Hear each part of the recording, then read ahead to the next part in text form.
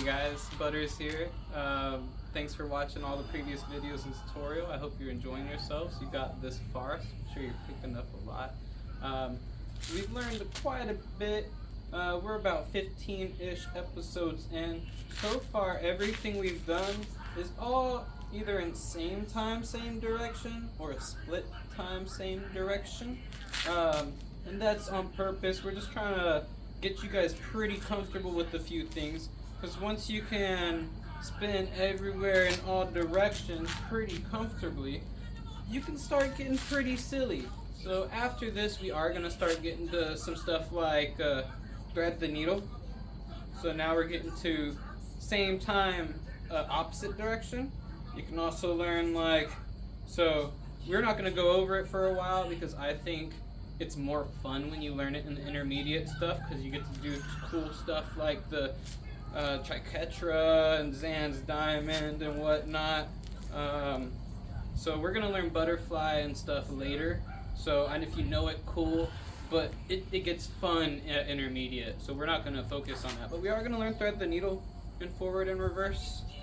And what that'll enable you to do, you can stall out a poi and then go right into 3-beat, reverse 3-beat. Depending on which poi you stall out, it'll go either into forward or reverse thread the needle. So you're going to be learning that kind of stuff, and that after you learn that and after you learn all the directions, you get start getting funky and start getting to learn the cool stuff. So I'm trying to kind of speed through this tutorial playlist for you so that you can kind of get to having fun. Take your time. A lot of the muscle memory you're developing doing all this is what's really going to make you look smooth and sexy and like all the cool stuff that you can do. That's all just going to be from muscle memory and just practicing. So just keep going with it. I think you might get into buzzsaws soon, but honestly, intermediate buzzsaw gets fun. Other than that, you're kind of just spinning them in the insides. And the same thing applies if you can't keep them straight up and down. Just move your hands more straight up and down rather than in circles.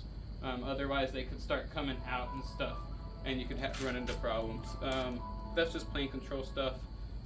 Up and down with your hand motion when you're having any plane control issues. You'll start learning crossers, I believe, and when they get hard, same thing. Straight up and down is what's going to help you control your poi. I just hit my hip on the other side, but my hand motion on the up and down just kind of saved it.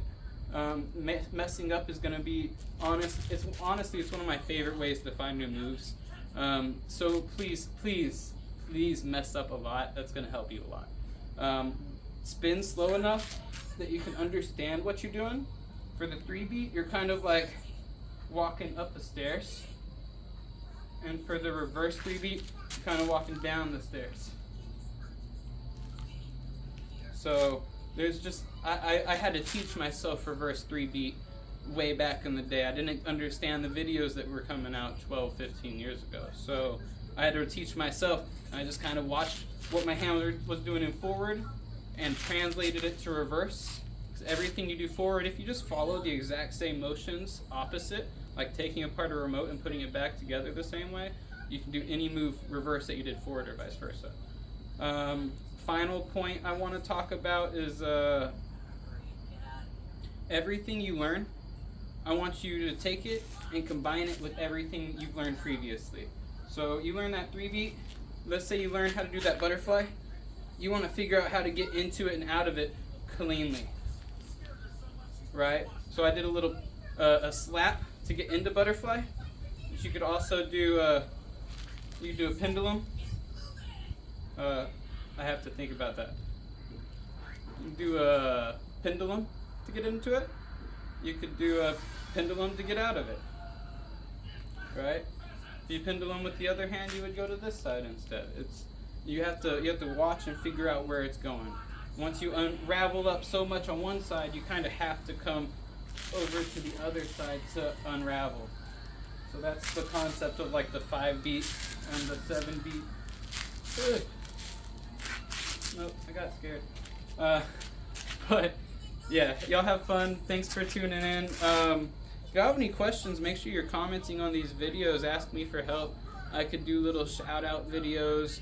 I might do a Patreon so that I can get some support, so I can get some non-sock koi or something, maybe better video and recording equipment.